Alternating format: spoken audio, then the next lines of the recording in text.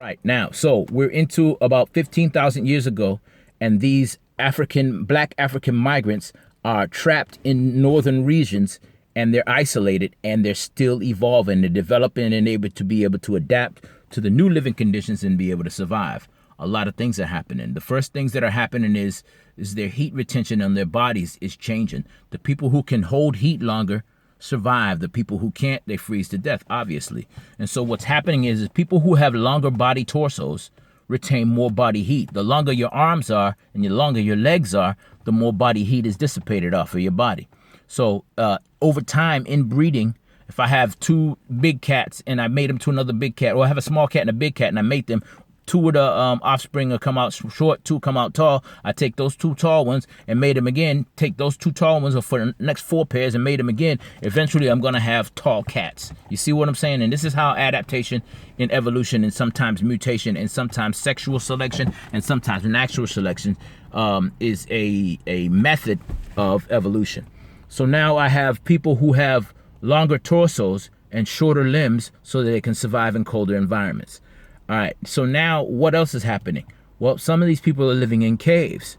So if you're living in caves, you have a shelter, but it's still damp and it's still cold. So what happens is the body hairs begin to develop. And it's the same process, natural selection, sexual selection, or whatever, adaptation or mutation, which causes the sparsity of hairs to increase throughout the body. So you have hairier people. So now you got longer torsos, shorter arms and legs, and hairier people. If they lived on the plain and the tundra and they didn't live in caves, then they had to develop the new technology, or a new technology. We call that technology clothing. And so they didn't have to develop the body hairs that the people in the caves did, but they developed clothing. And another way to protect themselves is they increased the fat in their skin, the fatty layers in their skin. Now, human fat underneath the skin has a yellow tint to it, and so it's suspected and supposed that the people that we today call Asians developed that yellowish tint to their skin because of the concentration of fat layers beneath the skin, all developed in the tundra and as part of tundra living.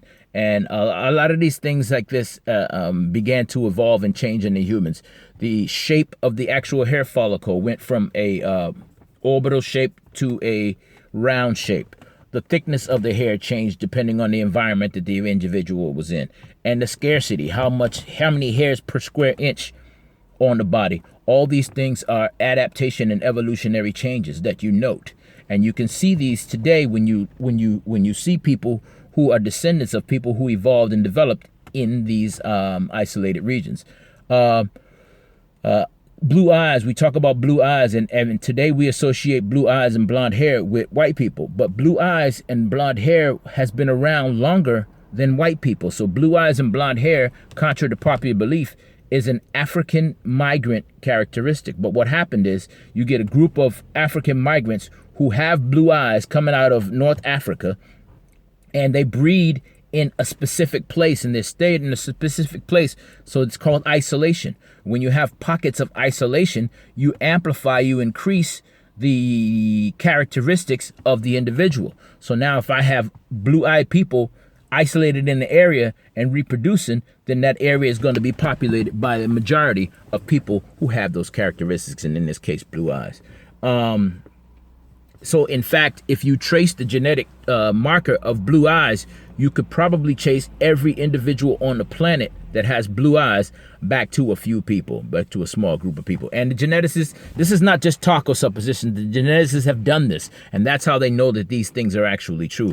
This is all tested science. This is not guessing, people coming up with ideas. This is people looking at the evidence and seeing what the evidence tells them. They don't go in first with the idea like you do from a Bible, for example, and then try to prove that the Bible's real. No, they go look at the evidence, and then they go wherever the evidence leads them, even if the evidence leads them astray. But what's happened is, in Western civilization, what happened is they manipulate the results of the evidence so that it appears that there were no civilizations before a certain period of time, or it appears that the Indians were the first people in the Americas.